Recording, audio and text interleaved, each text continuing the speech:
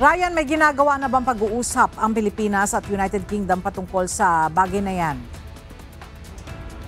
Sa ngayon ay wala pa tayong nakukuhang impormasyon tungkol dyan dahil kahapon pa lamang ibinigay yung sulat ng United Kingdom. Ella, nagpahayag nga ng intensyon ang United Kingdom na nais nilang magkaroon ng status of Visiting Forces Agreement o SOFA sa Pilipinas.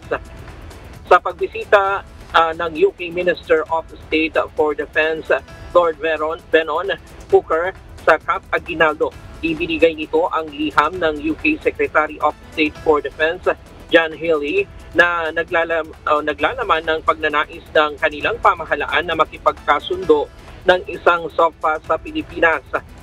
Sa isang panayam kay Assistant Secretary Arsenio Andolong, tagapagsalita ng Department of National Defense, sinabi nito na patunay ito ng pakikipag-partner ng iba't ibang bansa sa Pilipinas.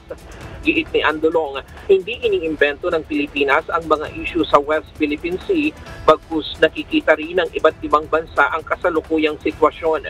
Dagdag pa niya, sa usapin ng seguridad, kapag mas marami ang kakampi ay mas makakabuti ito para sa bansa.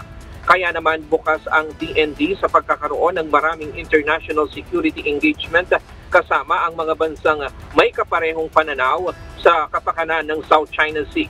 Binigyang diin ni Andolong ang pakikipag-partner ng bansa sa pamamagitan ng mutual agreement ay hindi lamang nagmumula sa panig ng Pilipinas kundi sa partner na bansa.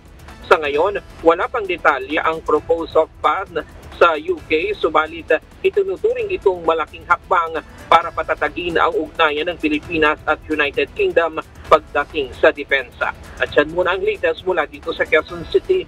Balik sa iyo, Ella. Maraming salamat, Ryan Lacanlale.